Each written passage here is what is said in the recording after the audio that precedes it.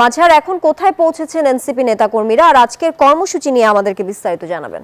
29 দিন ব্যাপী জাতীয় নাগরিক পার্টির এনসিপির যে জুলাই পদযাত্রা সেটি আজকে সকালে রংপুর থেকে শুরু হয়েছে। রংপুর শহর ছেড়ে আসার পর তারা সাধারণ মানুষের সাথে টঙের দোকানে বসে এনসিপির শীর্ষ নেতারা চা খেয়েছেন, আম খেয়েছেন এবং সাধারণ মানুষের সাথে মিশে যাওয়ার তাদের যে গল্প, সেই গল্প তারা সাধারণ মানুষ থেকে শুনেছেন এবং তারা সাধারণ মানুষের কাছ থেকে জাতীয় নাগরিক কাছ থেকে তারা কি প্রত্যাশা করে সেই গল্পগুলো তারা শুনেছেন এবং তারা বলছেন যে আমি একটু হাসনাদের উদ্ধৃতি যদি শোনাতে চাই। হাসনাত যেটি বলেছেন যে এসি রুমে বসে রাজনীতি করা জনগণের জন্য রাজনীতি না, বরং তারা সেই এসি রুমের রাজনীতির কালচারের পরিবর্তন করার জন্য 29 দিন ব্যাপী সাধারণ মানুষের কাছে পৌঁছে জনগণের কথা শুনে আগামী দিনের যে কাজগুলো করতে চান সেগুলো তারা সাধারণ মানুষের কাছে শুনছেন। সেই গল্প এবং সেই বক্তব্য নিজেরা শুনছেন, অন্যদের গল্প শুনছেন। ফলশ্রুতিতে তারা মানুষের সেই গল্পগুলো শুনে নতুন বাংলাদেশ গড়ার তাদের যে প্রত্যয়, সেই প্রত্যয়ের তারা প্রত্যাশা ব্যক্ত করছেন এবং সাধারণ মানুষকে প্রতিশ্রুতি দিচ্ছেন। সকাল 10টার পরে রংপুর থেকে কুড়িগ্রামের উদ্দেশ্যে যাত্রা শুরু করেছে।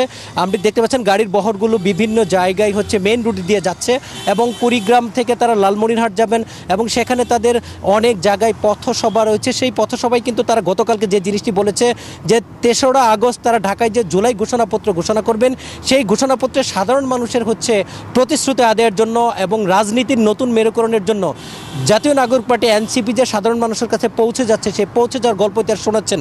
এবং শীর্ষ নেতা আমি নাহিদের সাথে কথা বলেছিলাম, নাহিদ যেটি বলছেন যে এই যে সাধারণ মানুষের কাছে এসে এবং তাদের সাধারণ মানুষের পোশাকের সাথে তাদের পোশাক মিল রেখে সেই পোশাক পরিধান এবং রাজনীতিতে নতুন ধরনের মেরুকরণ, এই গল্পগুলি কিন্তু তারা শোনাচ্ছেন এবং নাগরিক পার্টির কুড়িগ্রামের যারা প্রতিনিধি তারা কিন্তু তাদের জন্য অপেক্ষা করছেন এবং পথে পথে কিন্তু তাদেরকে বিভিন্নভাবে শুভেচ্ছা জানানো হচ্ছে, তারাও হাত নেড়ে শুভেচ্ছা জানাচ্ছেন।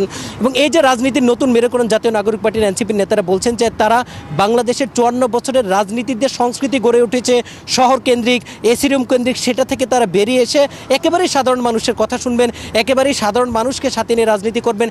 সাধারণ মানুষ যে রাজনীতিতে সম্পৃক্ত হতে পারে, তাদেরও যে রাজনীতি করার অধিকার আছে, সেই গল্পগুলো কিন্তু তারা বলছেন।